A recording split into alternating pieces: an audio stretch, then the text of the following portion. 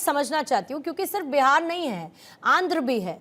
TDP हो, JDU हो, आज कोलिशन में सरकार बीजेपी के साथ एनडीए की बनती हुई लोकसभा चुनाव में जीत दर्ज की है और सरकार का गठन हो चुका है। लेकिन आपको लगता है कि कहीं ना कहीं ये एक ऐसा पेंच है जिसके लिए बीजेपी ये तय करना पड़ेगा उसको कि क्या करना है, इसके लिए कोई ऑल्टरनेटिव देना है या इस मांग के साथ जाना है? अगर आज जेडीयू कह रही है तो टीडीपी फिर इस बात को दोहराएगी, टीडीपी कहेगी कि हमें भी विशेष राज्य का दर्जा चाहिए। देखिए पूर्णिमा जी, दो बातें हैं। कांग्रेस का दर्द बहुत स्वाभाविक है। नीतीश कुमार जी ने ही अलायंस की एक नींव रखी थी पटना में, जिसमें उन्होंने कहा कि कांग्रेस के नहीं ध्यान देने के कारण हम मजबूर होकर के कांग्रेस को छोड़ रहे हैं। तो आज इसके बाद इन लोगों ने लगातार डोरे डालने का प्रयास किया। नीतीश जी ने कहा कि वंस डिसाइडेड मींस डिसाइडेड, तो कांग्रेस का दर्द स्वाभाविक है। दूसरा, वो शराब की जो घटनाएं बता रहे थे, जब आरजेडी और कांग्रेस साथ में थे तो इन्हीं घटनाओं के कारण नीतीश कुमार ने इनसे आजीज होकर कहा कि इनका बेसिक चरित्र नहीं बदल सकता है, इसलिए इनसे अलग होने की जरूरत है। और जब से हमारी और नीतीश जी की सरकार है, जहरीली शराब की कोई घटना नहीं है। और जो संबंधों पर बात कर रहे थे, तो उनको एमसी जैन की रिपोर्ट एक बार पढ़नी चाहिए। श्रद्धेय स्वर्गीय राजीव गांधी जी की हत्या जो हुई थी तमिलनाडु में, उसके बाद एमसी जैन की रिपोर्ट आई थी। उन्होंने डीएमके को उसमें कटघड़ा के खड़े में खड़ा किया था, और करुणानिधि का बाई नेम वो रिपोर्ट है, उनको एक बार पढ़ लेनी चाहिए। उसके बाद जब कांग्रेस को मदद की जरूरत पड़ी सत्ता में, तो उन्होंने कहा कि इंदिरा गांधी ने कहा कि मुझे करुणानिधि में अपने पिता की छवि दिखती है। पति के हत्या में जो जैन रिपोर्ट है उसमें नाम लिखा हुआ, उसमें पिता की छवि दिखने लगी। तो कम से कम आप दूसरे के चरित्र पर उंगली उठाने से पहले एक बार अपने यहाँ भी जो घटा है उसको एक बार पढ़ लेना चाहिए। लेकिन धनंजय जी, मैं इसीलिए स्पेसिफिकली, क्योंकि एक तो आज चर्चा का समय थोड़ा सा कम है, इसीलिए मैं जरा स्पेसिफिकली जानना चाहती हूँ आपके साथ। लेकिन कुशवाहा जी का जवाब लेने से पहले जरा मुझे ये बताइए कि जब आप किसी एक विशेष राज्य को का दर्जा देने की मांग किसी स्टेट को करते हैं, तो आपकी उसमें आपकी जो जनजातीय आबादी है, पहाड़ी है, दुर्गम इलाका है, जनसंख्या घनत्व, प्रतिकूल स्थान है, अंतर्राष्ट्रीय सीमा के पास, ये सब कुछ कंडीशंस होती हैं जिसके बाद आप एक विशेष राज्य का दर्जा किसी को दे सकते हैं। बिहार के पास है ये सब कुछ?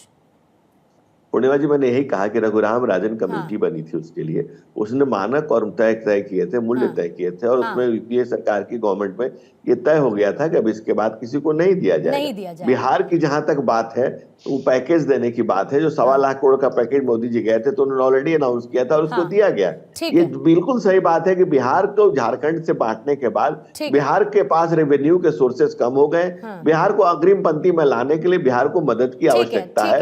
और नरेंद्र मोदी का बार बार बिहार जाना, पूर्वोत्तर में भी लगातार जाना, देश के जितने प्रधानमंत्री सारे मिलकर नहीं गए, अकेले नरेंद्र मोदी उतना बार पूर्वोत्तर गए हैं। तो पूर्वोत्तर की जिस तरह चिंता कर रहे हैं, बंगाल की जिस तरह चिंता कर रहे हैं, बिहार को इस तरह से उंगली पकड़ के आगे लाया जाएगा। ठीक है कुशवाहा जी, अपनी बात को पूरा कीजिएगा। लेकिन धनंजय जी का भी आपको एक मैसेज इसमें क्लियर जो मुझे समझ में आया, आपको भी आना चाहिए कि आप एक फाइनेंशियल एड की बात तो कर सकते हैं बड़े स्तर पर, क्योंकि उसकी जरूरत है, लेकिन विशेष राज्य जिसमें बिहार फिट नहीं होता, विशेष राज्य स्पेशल स्टेटस की मांग आप कैसे कर सकते हैं? देखिए पूर्णिमा जी, हम लोगों को बिहार की विकास से मतलब है। और ये मांगे जायज है, और कोई व्यक्तिगत और कोई पारिवारिक लाभ के लिए मांगे नहीं है।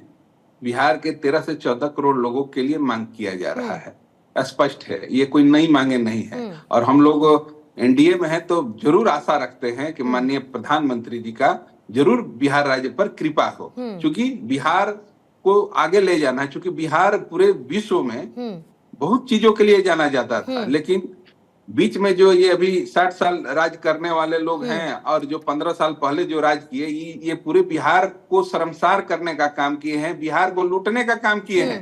आप समझिए कि यही लोग थे पूर्णिमा जी कि जब कहते थे, जब राम मंदिर का निर्माण हुआ था, तो ये लोग बोलते थे कि यूनिवर्सिटी की जरूरत है। जब माननीय नीतीश कुमार जी के प्रयासों से नालंदा यूनिवर्सिटी का जब हुआ, तो उस पर तो इन लोग का कोई कमेंट नहीं है। इन लोग का केवल कमेंट करना है। और दूसरी बात, ये कह रहे हैं कि पुल गिरा है, तो पुल का जाल किसने बिछाया बिहार में?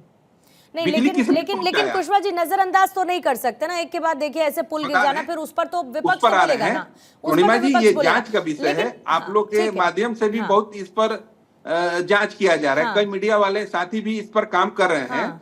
देखिए, पुल कोई 100 साल पुराना पुल है, कोई 50 साल पुराना पुल है, इस पर जांच होगा, हम लोग सब स्पष्ट कर देंगे। नहीं, मैं पूर्णिमा जी गलत बोल रहे हैं, कोई पुराना पुल नहीं है, इन्हीं के राज्य में बना है, इन्हीं की सरकार में, और अभी निर्माणाधीन है।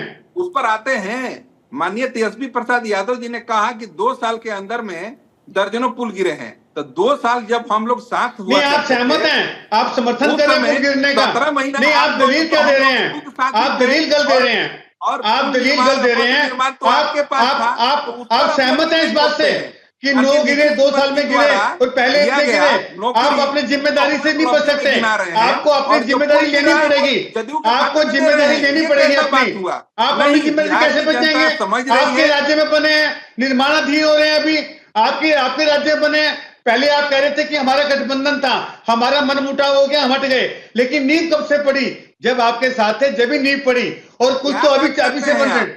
आप लोग एकदम अंधे हो गए हैं, क्योंकि आप लोगों को केवल ऐसे शब्दों का प्रयोग ना करें। आप व्यक्तिगत करेंगे। अजय जी ये गलत मुद्दा, अजय जी ये गलत मुद्दा जिस पर आप और जेडीयू आमने सामने हो सकते हैं, लेकिन फिलहाल जिस पर अजय जी मैं चर्चा करना चाह रही हूँ, मेरी बात समझिए सर, मेरी बात समझिए। मैं जिस पर चर्चा करना चाह रही हूँ वो इसलिए महत्वपूर्ण है क्योंकि वो उस डिमांड लिस्ट में शामिल है जिसको लेकर नीतीश कुमार ने तैयारी कर ली है। धनंजय जी एक बात और बताइएगा मुझे, आरक्षण को लेकर नीतीश कुमार ने एक बार फिर से अपनी बात कह दी है।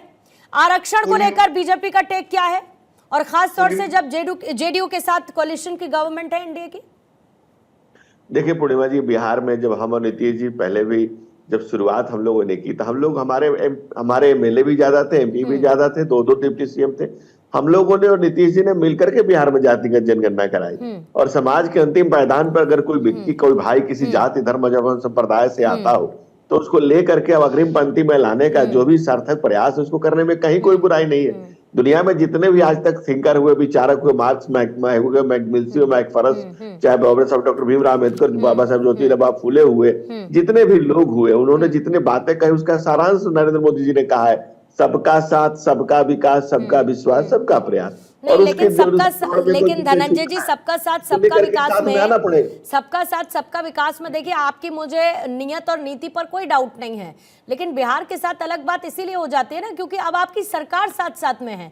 हम तो लगातार, आपको भी पता है कि इस बात पे चर्चा कर रहे थे कि हमारी सरकार तो बिहार में पिछले 20 साल से साथ में। बिल्कुल ठीक बात है साहब, लेकिन केंद्र में तो एनडीए के साथ, अब आप जब साथ, आप अपने दम पर नहीं आए ना, अब आप एनडीए के आपके 2 सहयोगी दल ऐसे हैं तो हम लोग तो जब अपने दम पर आए थे तभी साथ में थे। आप पहले साथ में बिल्कुल थे, लेकिन फिर उसके बाद अलग भी हुए ना। और मैं तो केंद्र की बात कर रही हूँ, आप ये समझिए ना, मैं तो उस कोलिशन धर्म की बात कर रही हूँ जिसको निभाना अब जिम्मेदारी बड़ी बन जाती है। इसमें तो कोई गलत बात है नहीं।